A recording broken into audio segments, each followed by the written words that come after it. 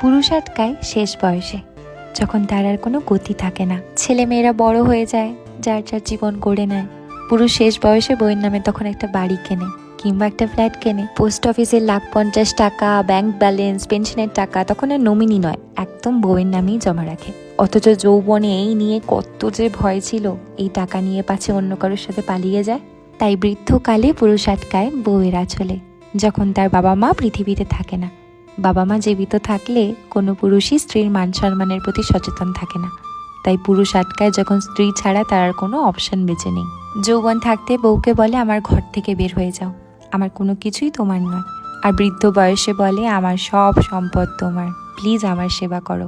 বোকা পুরুষ এটা বোঝে না, যৌবনে যার সাথে গভীর প্রণয় হলো না, বৃদ্ধ বয়সে তাকে আটকে কি লাভ। বৃদ্ধ পুরুষটির সাথে তার স্ত্রীরও তো তখন এক পা কবরে।